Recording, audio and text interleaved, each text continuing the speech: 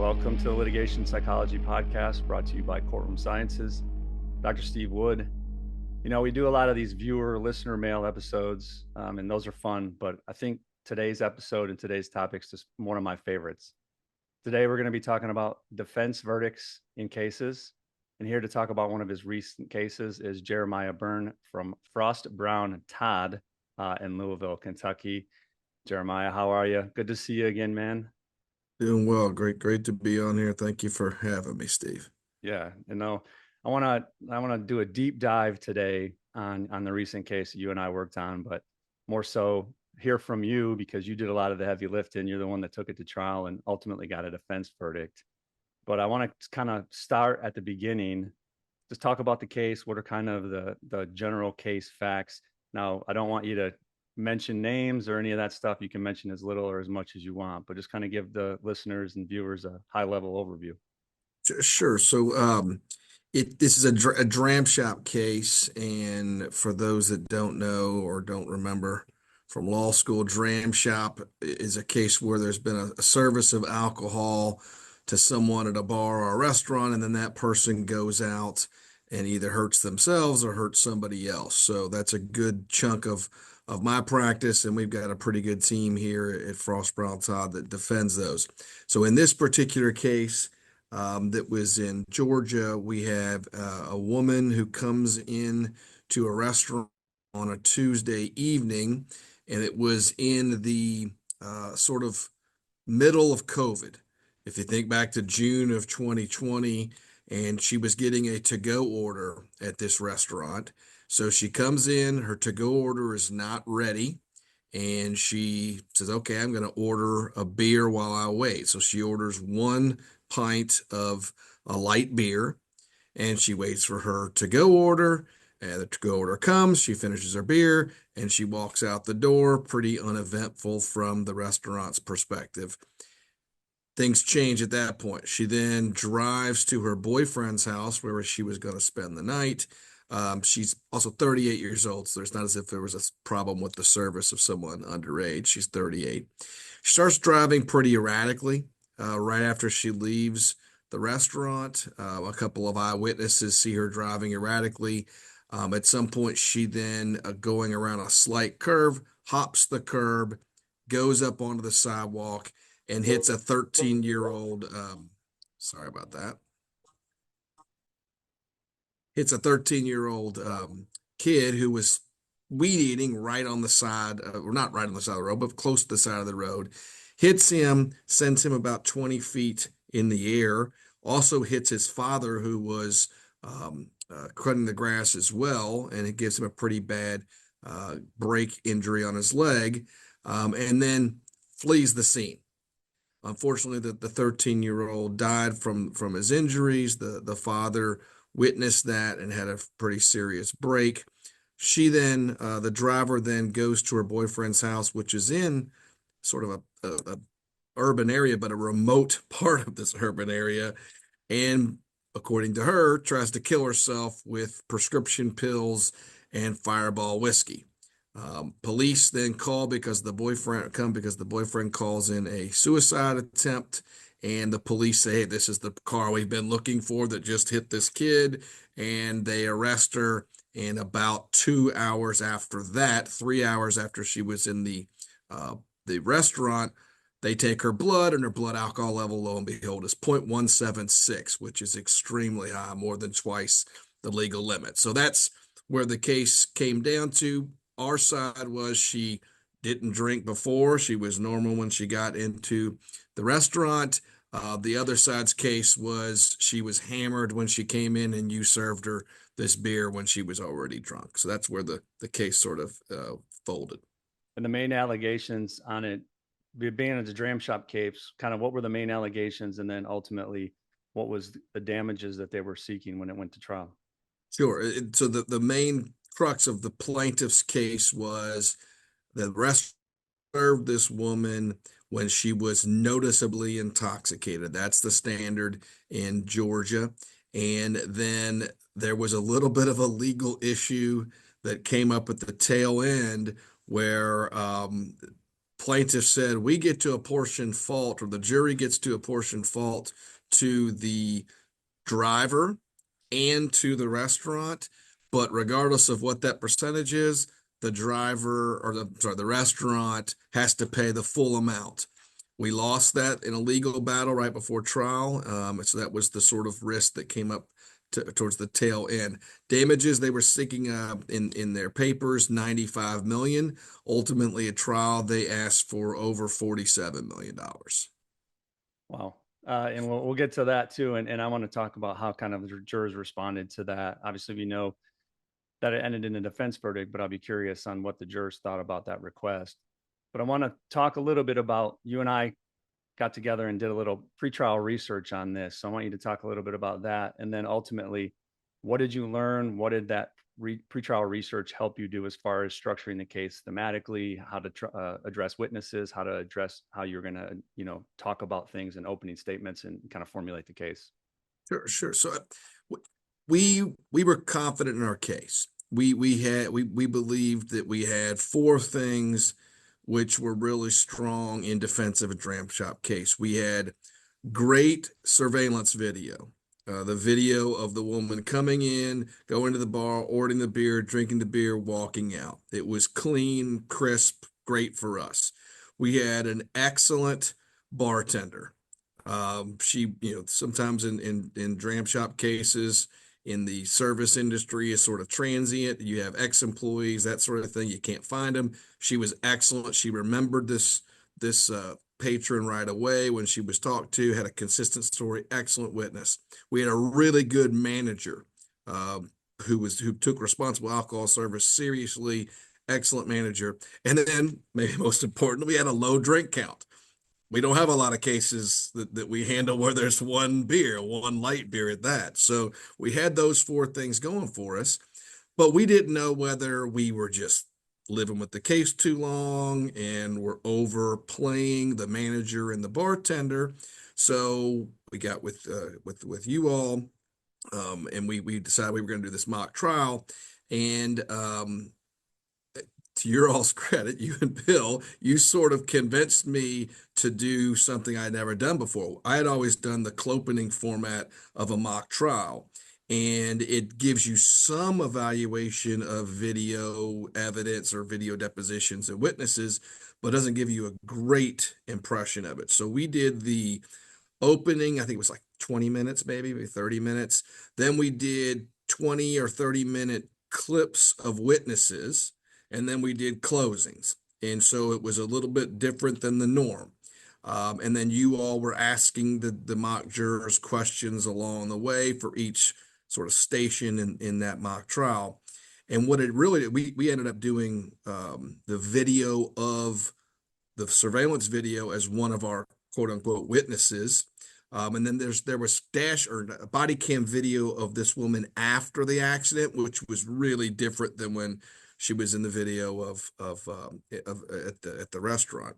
So we did this, and everything was confirmed. Our belief was confirmed that the video was great.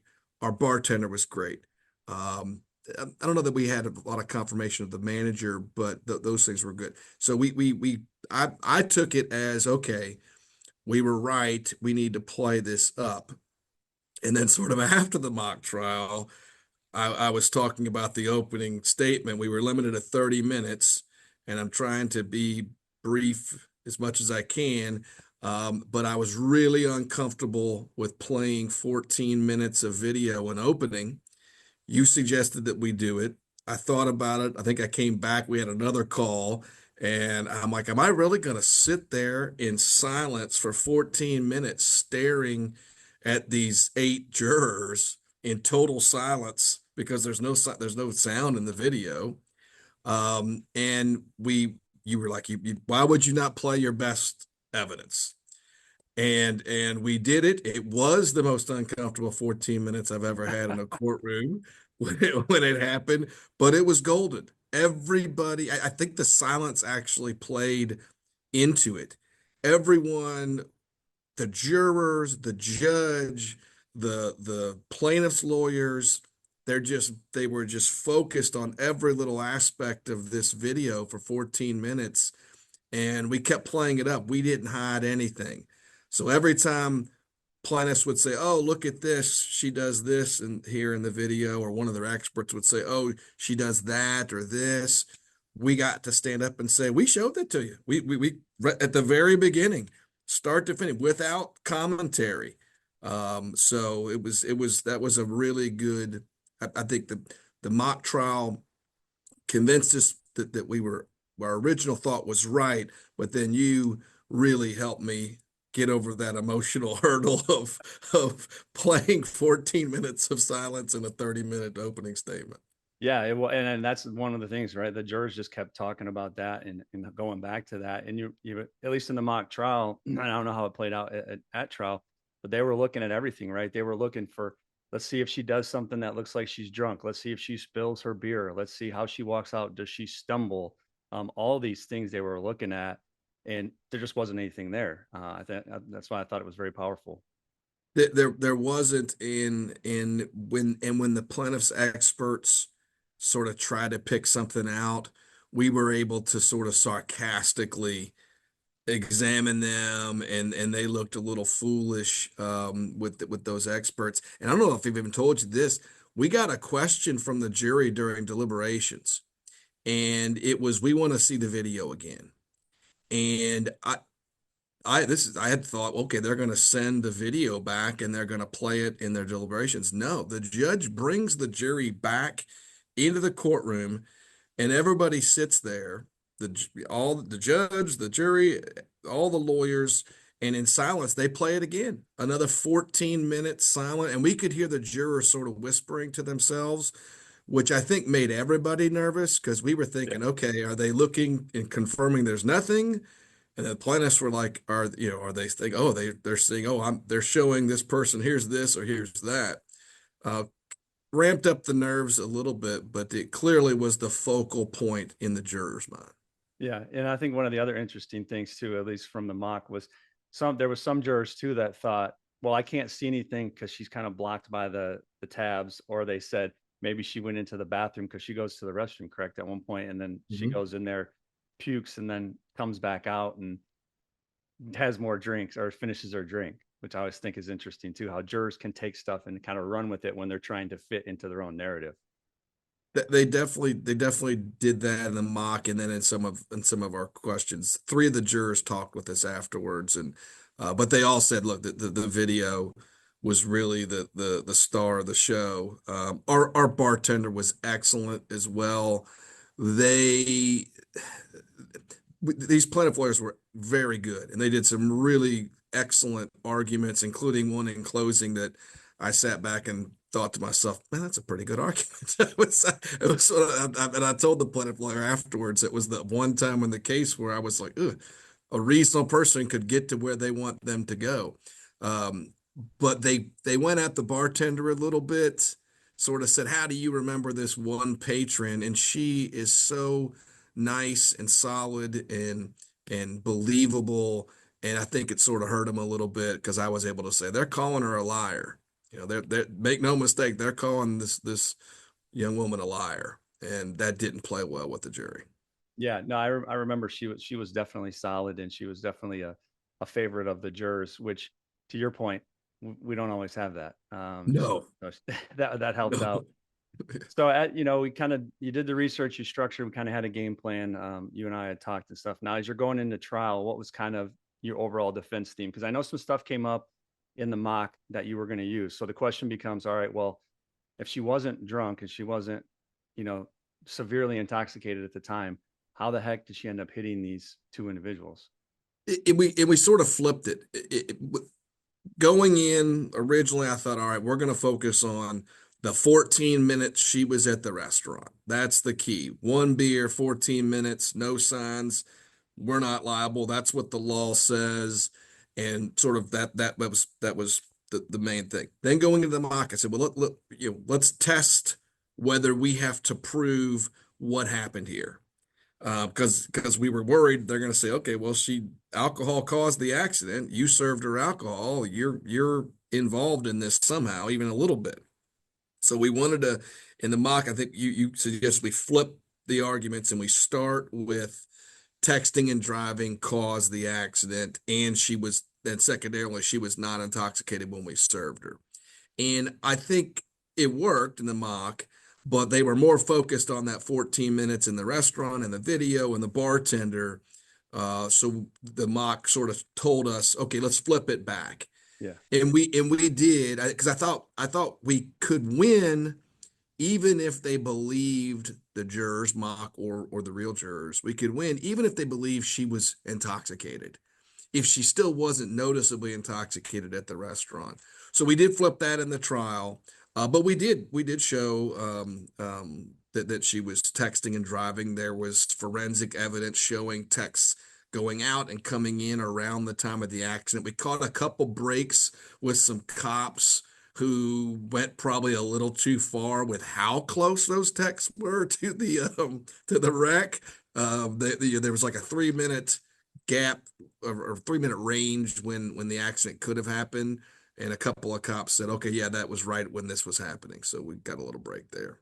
Yeah, well, I guess the good thing is, and that's why we do the research, right? Is that lets you kind of test things, and because a lot of times, as we always talk about on the podcast, and Bill and I always advocate, it's just kind of coming out initially swinging and giving them alternative causation. But in this one, it sounded like, and when we found out, you had such a strong case going the other way that you didn't really need to do that. Which I know, like you said, you and I had talked about as a concern is, hey, we're on the defense side. Do we have to prove it when ultimately you didn't, right? The burden's not on you to have to prove it. And it seemed like that's what it showed. And then that's ultimately how you used it going into trial. 100%. In mocks, my philosophy is always, let's be aggressive. Let's do what we might not do at trial to test it. And it worked well here because we found out we could be defensive, so to speak, and still win. Yeah. So you going into trial, you feel really good. But I know you and I had talked that you had some concerns before going into trial. But what were your biggest concerns as you were going through, as you're going in saying these things are making me a little bit nervous, or were you at all because you felt so confident? Well, always nervous, right? It's Yeah. always nervous. Two things. One was this little legal issue that basically said that if they could find any fault on the restaurant, then we're going to have to pay it all. But then more, I guess, broader, I was worried that we were going to get caught up in the anger towards the driver, and that the jury was going to say, okay, they only served her one beer, but it was a beer, and she was this BAC was 0.176. And if you bring that back to the time of service, it was like 0.225, which is really intoxicated. So I was concerned that there was going to be anger or frustration with the driver and her malfeasance. I mean, she's in jail. She got brought out at trial in jumpsuit and shackles. I thought it was a little bit much with the shackles, but whatever, they did it. I wasn't the guards or the marshals, but I was worried we were going to get caught up in that anger, but we didn't. There was sort of plaintiffs sort of drew a dichotomy. They said, okay, this fireball story after the accident, which had some holes, frankly. They sort of said, if that's not true, we win because she was hammered when they served her. And we kept trying to get away from that a little bit by saying, okay, she didn't show signs, and that's what the standard is, even if she was drunk. We don't think she was drunk, but even if she was. But they did a nice job of sort of getting that dichotomy. Either you believe the fireball or you don't. A little bit surprisingly, the driver played pretty decently at trial. I was surprised.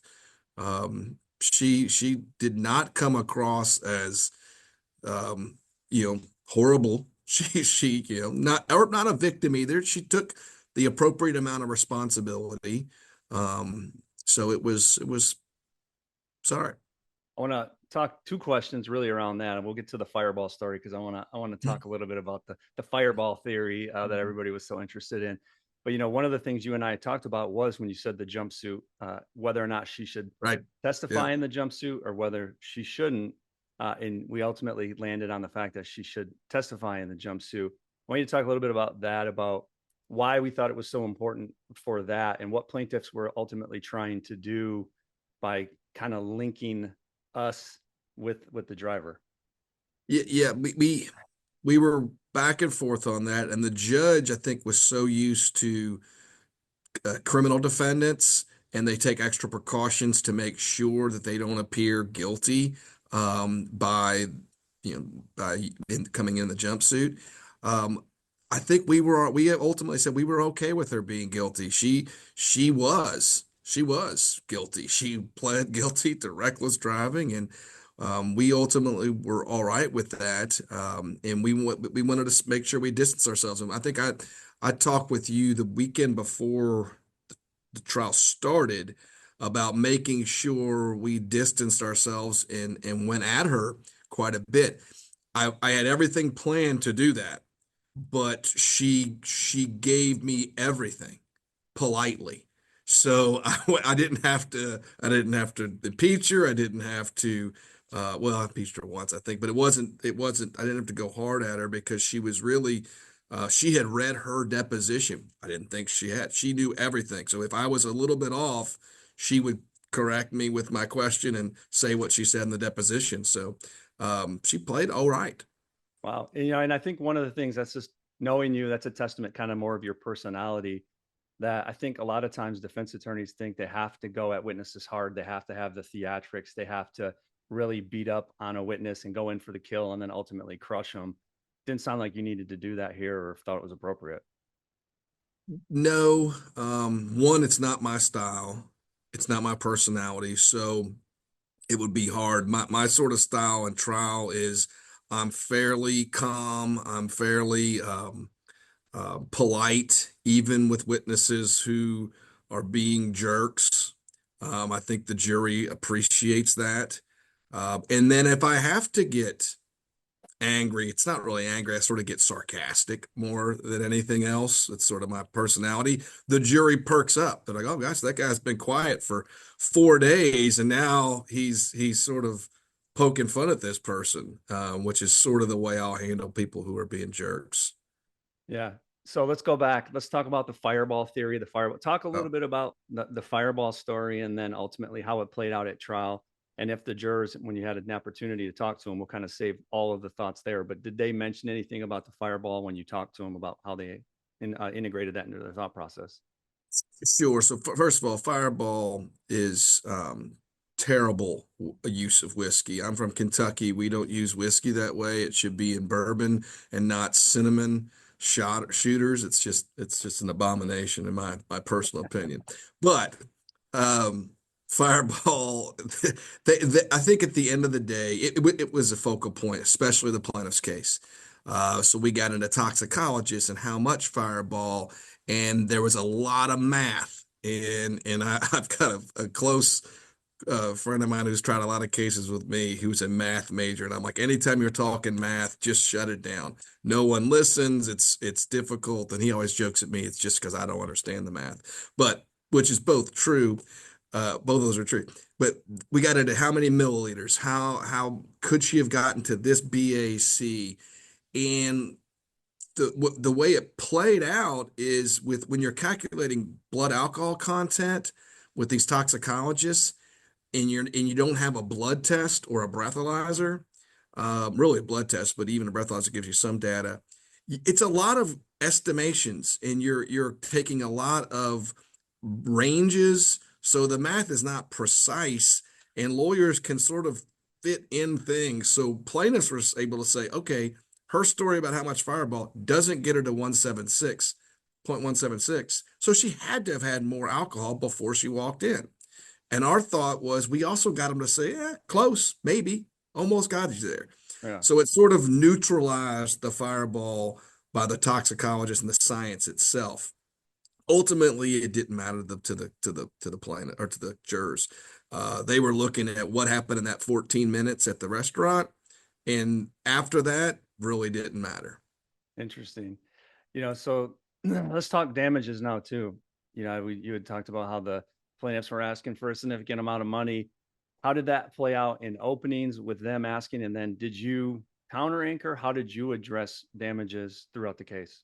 Well, the law in Georgia helped us a bit. So there's a new tort reform law in Georgia, new meaning like within the last 6, 8 months that was signed, and it prohibits a lot of the anchoring. I mean, it's the statute is, you know, obviously talking about anchoring. So they were not able to say it in voir dire. They were not able to say it in opening. Then we got into an argument about whether they could do it in closing, whether they could. So I did. So they didn't anchor in opening or voir dire. I didn't counter anchor. Then it came up. Well, we get to closing. We had a motion pending saying in Georgia they could split their closing. They could do closing and then a rebuttal, and it can be they got an hour. They could split it 30 minutes, or whatever. But if they were going to anchor, they have to anchor in the first part so that we can counter anchor. Well, they didn't. They did all liability in the first part, and we made a motion coming back. I think then I gave my closing, and I did say, like I did in the mock trial, something to the effect of, I'm going to talk a little bit about damages. I wouldn't have said anything if if they're asking for like 1 million or two.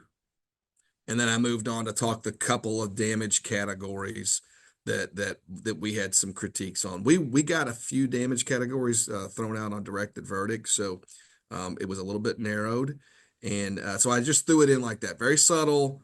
That 1, 2. Hey, I wouldn't have said anything if it wasn't higher than $1 or $2 million.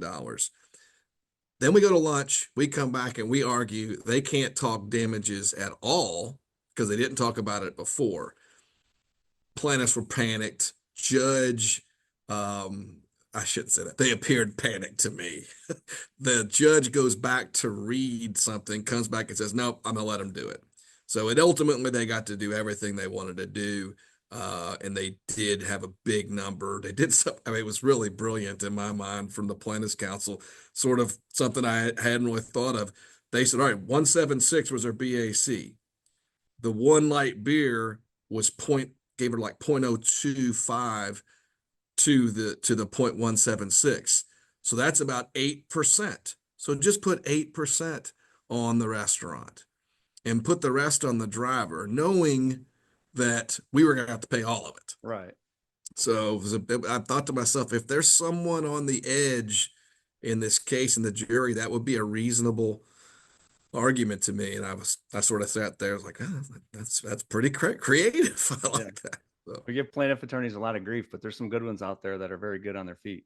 they were excellent. They really were. And you know, it's sort of the way we try cases and the way we handle cases is we get along with opposing counsel 9 times out of 10. And if we don't, that 10th time is because the plaintiff lawyer doesn't want to get along with us.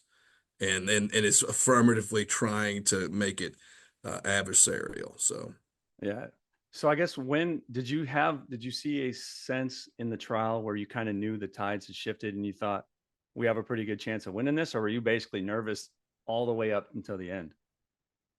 we felt pretty, in my mind, the emotions of trial sort of starts off. It's you get opening and you're so prepared for that it goes according to plan usually. And then the plaintiff's case starts and you're just taking hit after hit after hit. And then it sort of turns when you get to sort of their experts and you score some points, and then you get to your case and you're back to equal.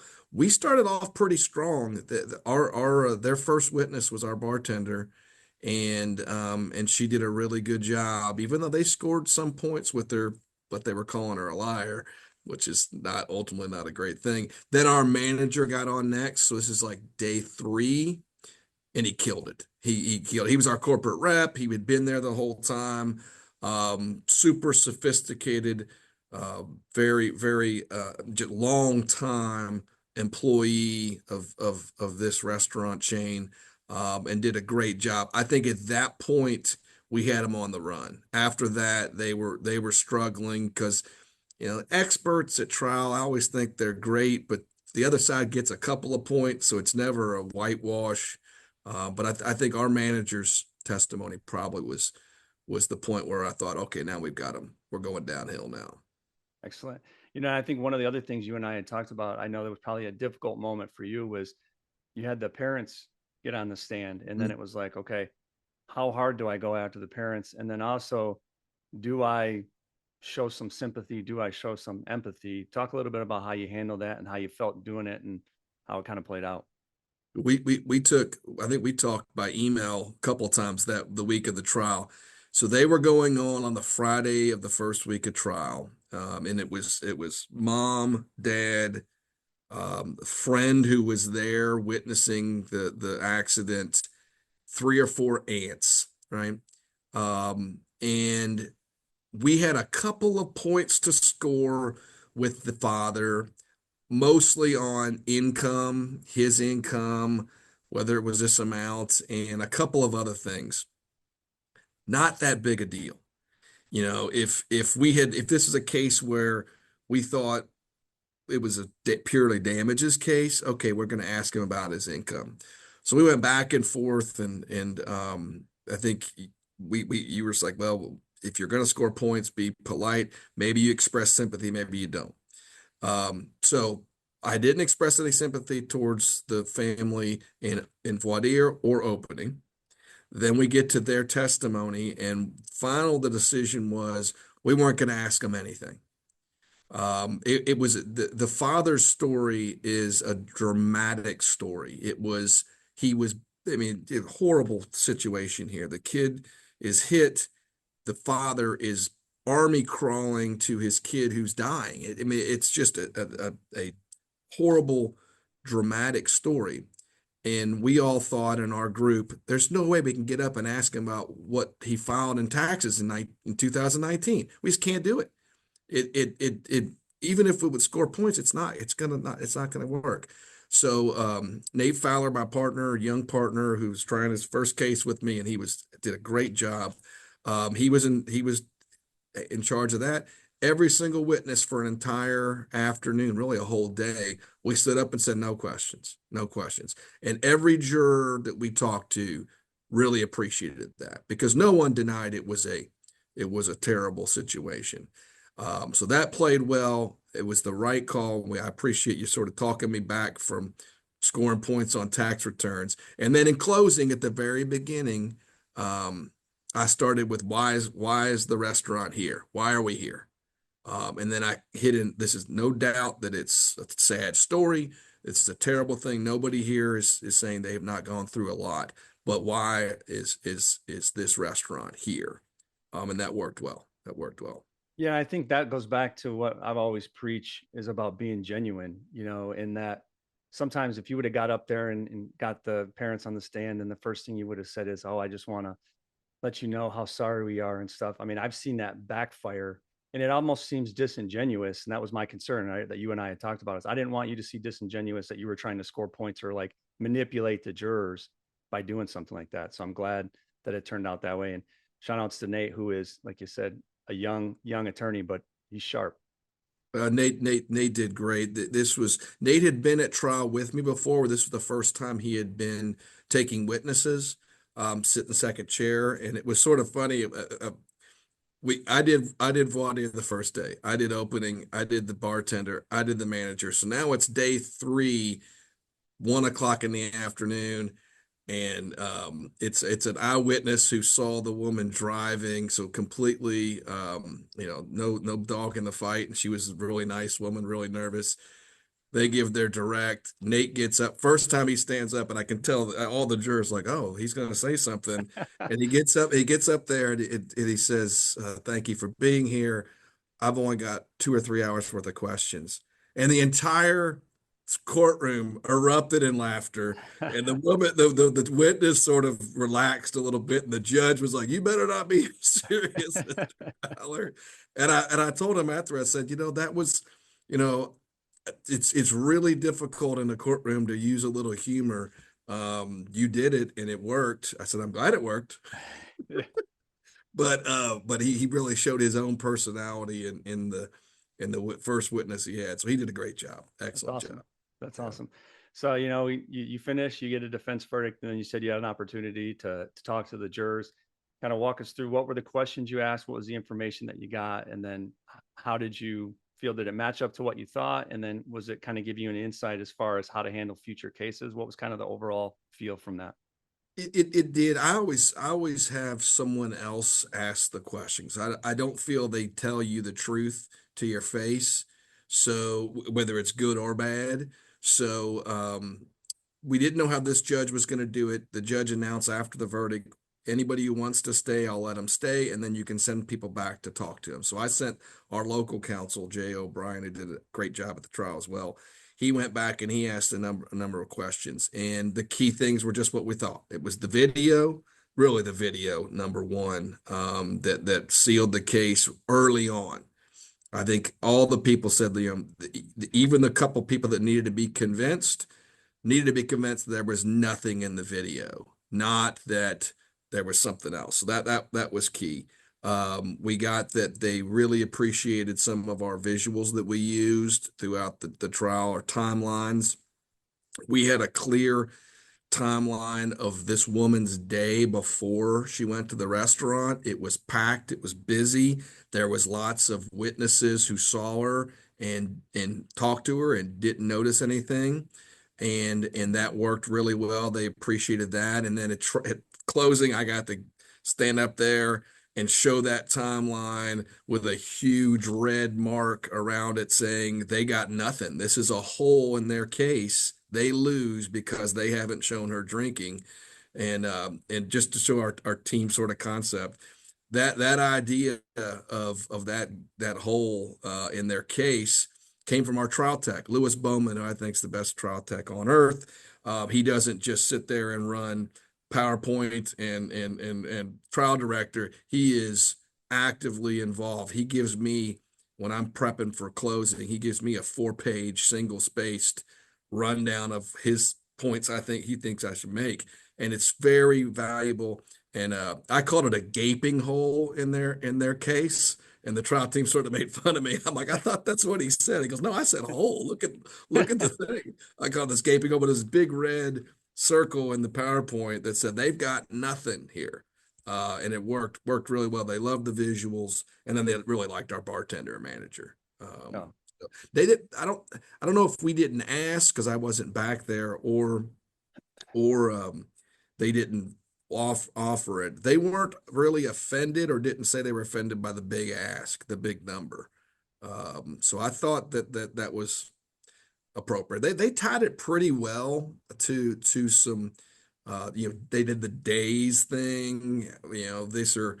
It's worth this per day to have your kid, and there's like $1 million days. I thought that was pretty cool too. They're talking about weddings and birthdays and anniversaries. Those are $1 million days, or sometimes it's just going to the park with your kid is $1 million day. So I thought it was pretty well done from the plaintiff side. well, it sounds like they were reasonable. You said that ultimately the ask was 45 million. Is that what you said at trial? It's over 47, somewhere around there. 47. All right. Yeah. I mean, I think though, for a death case and a severe injury case, it seemed like though that was part of one of the things that sounded like plaintiffs were pretty reasonable, because how many times have you and I heard where they're asking for 150 million? So my guess is they probably tested that number, had a general idea of kind of what would be offensive and what wouldn't be. It seemed like it. It seemed like it. And I think because they couldn't anchor at the beginning, they probably, if they would have been able to, they probably would have thrown that $95 million number out there. And then in closing said, hey, the evidence only showed 47. So that's what we're asking to see. Oh, look at us. We're so reasonable. But they couldn't do that. So it was a good, I thought they played the damages pretty well. Yeah. So it sounded like it turned out well, but I'm sure along the way there were some hiccups. So there's some things maybe if you look back and thought, you know what, maybe I would do that different. Did you have any of those types of moments? But you always do. There's times where experts, I think, are it happens more often with experts. I'll be standing up there and I've asked a question that was too open-ended, and they're droning on and on and on about whatever. And sometimes it's good stuff. And I'm like, I can't, I can't do anything here. I just have to let this person go. So you make a couple mistakes like that. Oftentimes though, some experts overplay that and they keep repeating it. So then you get to ask a question that's not that answer, and they're giving that, and you can sort of lay back and look at the jury like, how are you doing? How many times are you going to say this? We all know that. So maybe those little things. I don't know. I mean, it's all a whirlwind because you're starting early and going late. We do a team. My paralegal, Joanna Flanagan, she sets up these war rooms that are the most impressive things that I've ever seen. It's double monitors for every single person. We're all in the same room when we're working the night before trial or if we have a day off like the weekend. And it really helps, I think, bring us together. And so we're all there working, even though we're working on different witnesses, but we're talking. Okay, if I ask this, Nate, is that going to put you in a bind with this police officer? And he's like, no, I think you can do that, but don't do this. And then he'll do the same thing. Hey, are you asking the expert about what this police officer says on the body cam? No, I hadn't planned it. Well, you should, because I've got that. And it makes our presentation at trial a little bit more symmetrical. Whereas I can tell on the other sides where they're working in their separate offices and it's a little bit disjointed. So that sort of war room mentality. And we've got the client there. We come back from trial and there's like an hour where we're debriefing that day with the client, with the client's counsel. I mean, in-house counsel was there. And everybody's got a say and we get some really good work out of that. Plus we got snacks that Joanna always gets our snacks that we want, so it's great. Yeah. I mean, in that long days, snacks, you're not eating that great, probably not sleeping that great. So is there anything that you do to kind of keep mentally sharp, to try to kind of keep your wits about you as you go through a long, arduous trial? Well, I sleep. One of the things I will work until about 1 o'clock in the morning. That's my absolute end. A lot of times it's midnight, and then I'm up at 6. Sometimes if I'm not sleeping well, I'm up at 5. But I need to get that sleep because I am not, mentally prepared enough if I don't get that sleep. So I'm always focused on that. Now that takes lots of preparation before the trial and the weeks before the trial, in the weekends between trial weeks to make sure that I can do that. But to me, the most pressure is making sure that I am done with my closing PowerPoint, the whole thing, the way I'm going to say it by 11 p.m. And then I get 2 hours in my room going over how I'm going to present it. But I'm asleep at 1 o'clock, lights out. So that's one thing that I've always done. I had a client years ago in a trial, and clients are great at trial, but clients have a lot of pressure on them, and they are putting a lot of pressure on you, and we enjoy it. That's what we get paid to do, and it's sort of part of what I like about trial work. But sometimes the pressure in the moment is not the thing I need. But I had this one client back years ago, like 2015. Every time she would leave us, she would say, "Make sure you get some sleep tonight, Jeremiah." Never, "Hey, make sure that you have this expert ready for tomorrow." It was always, "Make sure you get some sleep." And I've always taken that to heart, so I always do.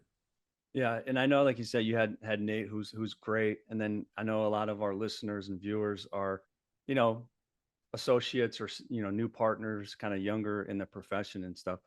What kind of words of advice do you have from them, kind of using your trial experience, what you learned from this trial, as far as things? I mean, you've given us a lot. You dropped a lot of nuggets on us throughout Mhm. this thing, but if you had to kind of give a few things of advice, what would it be? Well, one, the team approach is key, and everybody has a role, and both from the person running the team, needs to make sure everybody feels comfortable sharing their opinions and offering their opinions, but then also all the members of the team feels comfortable giving those opinions and sharing those opinions. So we had, Andrew Palmer, a partner of mine, worked the case up through a large part of the discovery. And he had, then Nate and I tried the case. Andrew from the office would say, "Hey, how about this? How about that?" Clearly something he was always part of the team bringing that up. Nate always always gave those opinions, never felt intimidated or anything like that. But from actually in trial and presenting it One is to make sure you be yourself. Nate and I are not the same type of person, and he didn't try to just sort of be like I was being. He had his own personality. He would go through the witnesses. He would thank every single witness who wasn't a party for being there. It's just not something I ever think about doing. It's probably pretty good. I think it played really well, but it was really genuine the way he did it. But just be yourself and then over prepare. I mean, we're a preparation firm, so he would give me his outlines the week before trial, and I would go over them and I'd say, okay, this, and this, and he would then go back and change it. And we're tweaking constantly, mostly taking things out because we're trying to be brief and bold and be done, like you all have told us to be. But over preparing is something we always do. Yeah. No, it sounds like it definitely works. So, I mean, like you said, teamwork approach, and then having the younger attorneys feel comfortable to ask the senior associates or the senior attorneys kind of questions, and that the senior attorneys are also integrating the younger associates into the decision making versus kind of, I'm the one who's going to make the final decision. Kind of, this is the way it's going to be. You don't provide any feedback, or if you do, I'm not going to take it. It would be foolhardy to do it that way, right? I mean, to me, we get the best product when the product is the work of everybody, and we present the best. And if I was dictating how Nate was going to examine a witness and he didn't believe that was the right way, it wouldn't come across the jury the right way. So it's sort of a give and take. Yeah. And then I guess the other thing too is kind of giving him an opportunity to be on his feet too, right? I mean, he got a piece of the mock trial, then he got a piece of the real trial. I think that's another thing too, is a lot of times we see where the younger attorneys, although it's getting better, I'm not going to say that we're definitely seeing a shift, I think, in the defense bar where I talk with a lot of attorneys where they're doing mock trials and they're like, hey, you know what? I want one of my associates to get up there. I want one of my younger attorneys to have a piece in it so they can get their experience. What are your thoughts on that too? It's hard. We've all got pressures in with clients that are saying, okay, why would we not have the most experienced lawyers doing this? This is a big trial. And it has a lot to do with them. I mean, these clients, the in-house counsel, they have a boss, right? And if this goes bad, they want to be able to say it was the most two senior people. In this case, we had a great client who was willing to sign off on my recommendation that it be Nate to try the case with me. And they signed off on it, believed in Nate, sort of helped that Nate had been in-house with that client for a year where he was working like 2 days a week with them. So they knew him really well. He wasn't a stranger. He's been working on their cases for, close to a decade, right? So it's not as if he was a brand new person right off, but it was his first trial and they knew it and they signed off on it. And so you got to take that chance. You don't get the experience without getting the experience. Yeah. All right. So now my last most important question for you. Kentucky, what's the sports environment look like for this year? So that is the most important Yeah. question. Football is looks bleak, but usually when Kentucky football looks bleakest, then they'll run off 6, 7 wins. So I'm hoping that we think so little of our football team this year that we're going to run off 6 or 7 wins and beat one or two teams we shouldn't. Yeah. How's But the basketball is all that matters, right? Yeah, I know. I was just gonna say. So let's cut through it. Like Yeah. basketball is all that really matters, though. Basketball is all that matters.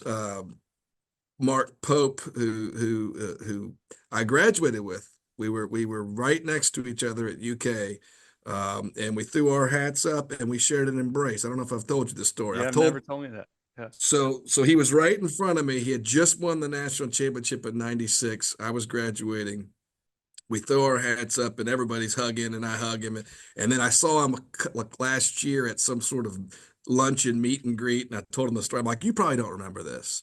And he's like, I don't remember that. He said, but I'm so glad you told me that story. He's a really sort of a man of the people. I had some doubts. I had some doubts about him and him being ready, but he did a nice job last year, and he's got a good team. So I expect us to win the national championship and not lose any games. There you go.